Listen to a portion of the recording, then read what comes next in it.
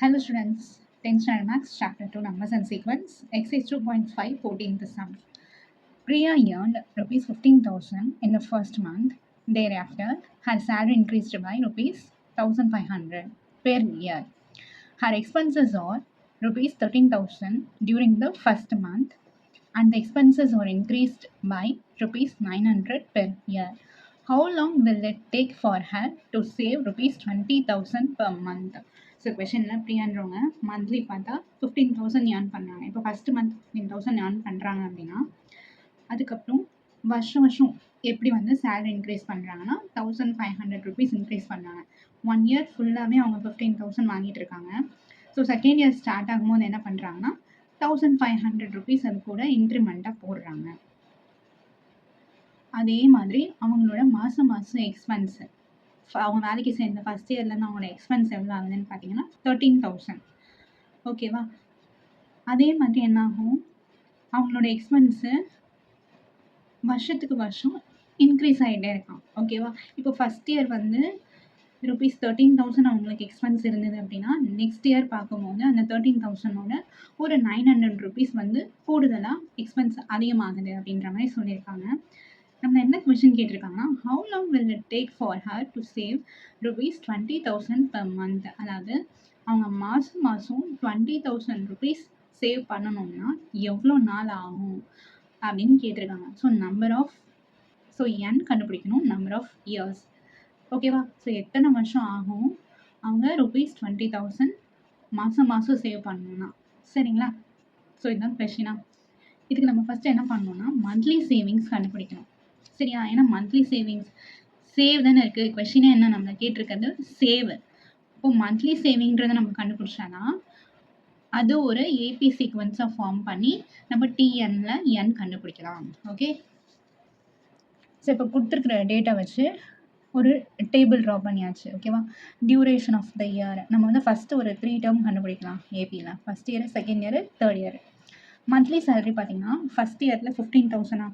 அதுக்கப்புறம் second year ஆகும்போது அது கூட வந்து ஒரு 1,500 இன்க்ரிமெண்ட் ஆகுது. அப்போ செகண்ட் இயரில் என்ன பண்ணலாம், 15,000 + 1,500 அப்போ 16,500. அடுத்தது தேர்ட் இயர் பார்க்கும்போது 60,500 + 1,500 ஸோ 18,000. சரியா? இப்போ மந்த்லி சேலரி முடிஞ்சிருச்சு. அடுத்தது மந்த்லி எக்ஸ்பென்ஸ் பாருங்கள். ஸோ ஃபஸ்ட் இயர் ஃபுல்லாகவே அவங்களோட எக்ஸ்பென்ஸ் எவ்வளோ இருந்தது, 13,000 இருந்தது. செகண்ட் இயர் ஸ்டார்ட் ஆகும்போது அவங்களோட மந்த்லி எக்ஸ்பென்ஸு 13,000 கூட ஒரு 900 ருபீஸ் எக்ஸ்ட்ரா ஆச்சு. ஓகேவா? அப்போது செகண்ட் இயர்ன்னும் போது இந்த 13,000ஓட ஒரு 900 நம்ம ஆட் பண்ணால் 13,900. அடுத்தது தேர்ட் இயர் பாருங்கள். தேர்ட் இயர் ஆகும்போதும் அதே மாதிரி என்ன ஆகுது, ஒரு 900 கூட இன்க்ரிமெண்ட் ஆகிட்டே இருக்குமா. அப்போ என்ன பண்ணணும், செகண்ட் இயரில் இருக்கிற இன்க்ரிமெண்ட்ஸோட ஒரு 900 கூட ஆட் பண்ணணும். ஓகே? So 13,900 + 900 which is 14,800. இப்போ மந்த்லி சேவிங்ஸ் கண்டுபிடிக்கலாமா? ஒரு இயர்க்கான மந்த்லி சேவிங்ஸ் கண்டுபிடிச்சி இதுதான் நம்ம ஏபியில் ஒரு டேர்மாக வச்சு டிஎன்ல என் கண்டுபிடிக்கணும். ஃபஸ்ட் இயர் பாருங்கள், மந்த்லி சேவிங்னா சேலரிலேருந்து எக்ஸ்பென்ஸை சப்ராக்ட் பண்ணால் தான் நமக்கு சேவிங் கிடைக்கும் இல்லையா?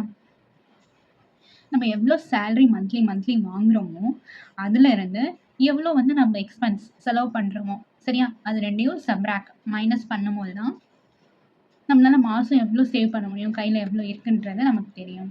ஸோ 15,000 - 13,000 2,000. ஸோ ஃபஸ்ட் இயர் ஃபுல்லாகவே அவங்க 2,000 ருபீஸ் சேவ் பண்ணுறாங்க. அடுத்தது செகண்ட் இயர் 16,500 - 13,900 2,600. ஓகே? அடுத்தது தேர்ட் இயரில் 18,000 - 14,800 3,200. ஸோ இந்த சம் வந்து அரித்மெட்டிக் ப்ரோக்ரெஷனில் இருக்குன்னு. ஓகேவா? எதை வச்சு நம்ம ஏபி இதில் ஃபார்ம் பண்ணுறோன்னா மந்த்லி சேவிங்ஸை வச்சு தான். ஸோ ஃபஸ்ட் இயர் என்ன இருக்குது, 2,000. Second year 2,600. Third year 3,200. ஏபியில் இருக்கா? இதில் ஃபஸ்ட்டு டேர்ம் ஏ = 2,000. அடுத்தது டி கண்டுபிடிக்கலாம். D = T2 - T1. T2ன்றது 2,600 - T1 2,000. So subtract பண்ணால் 600. அதே மாதிரி T3 மைனஸ் T2 போட்டு பார்த்தாலும் உங்களுக்கு 600 தான் D கிடைக்கும். சரிங்களா? ஸோ கொஷின் ஒன்று கேட்டிருந்தாங்கல்ல, how long will it take for her to save ₹20,000 per month. அதாவது மாதம் 20,000 சேவ் பண்ணணும்னா எவ்வளோ நாள் ஆகுன்றது தான் கொஷின். அப்போ நம்ம என்ன பண்ணலாம், இதை TNன்னு எடுத்துக்கலாம். TN equal to ₹20,000. அதில் என் தான் நம்ம கண்டுபிடிக்கணும். ஏன்னா how long, so number of years எவ்வளோன்றதை நம்ம ஃபைண்ட் அவுட் பண்ணணும். TN equal to 20,000. இப்போ TNனா என்ன formula, A + n - 1 × D equal to 20,000. Right? So ஏன்றது 2000 ப்ளஸ் n தெரியாது, so n - 1, D 600 equal to 20,000.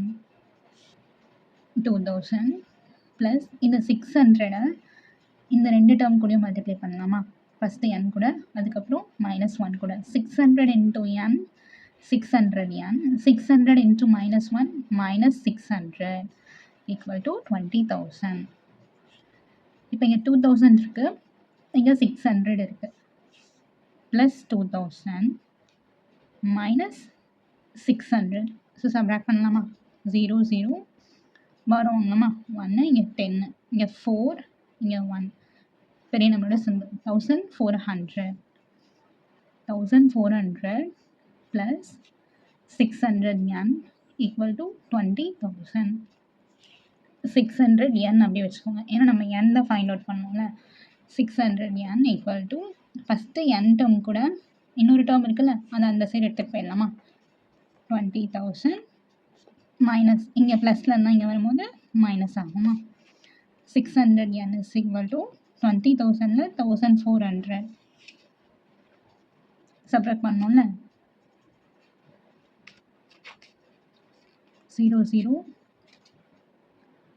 0ல் 4 போகாது, ஸோ இங்கே 0 இருக்கிறதுனால 1 9 10 10 - 4 6 8 9 - 1 8 இந்த 1 9, so 18,600. n equal to 18,600 by 600. n தானே கண்டுபிடிக்கணும், ஸோ n மட்டும் இங்கே வச்சுக்கோங்க. n கூட 600 மல்டிப்ளிகேஷனில் இருக்குது, ஈக்குவலுக்கு இந்த பக்கம் வரும்போது டிவிஷன் ஆகுமா? 2 0 கேன்சல் ஆகிடும். இப்போ இந்த 6 டேபிளில் கேன்சல் பண்ணலாம். 186/6ன்னு இருக்குது. 6 1s are 6, 6 3s are 18, 6 1s are 6, 6 3s are 18, 6 1s are 6. So n is equal to 31. So n value வந்து 31 கண்டுபிடிச்சோமா? Therefore she will take 31 years to save ₹20,000 per month. So monthly வந்து 20,000 save பண்ணோன்னா அதுக்கு எவ்வளோ நாள் ஆகுமா? 31 years ஆகும்.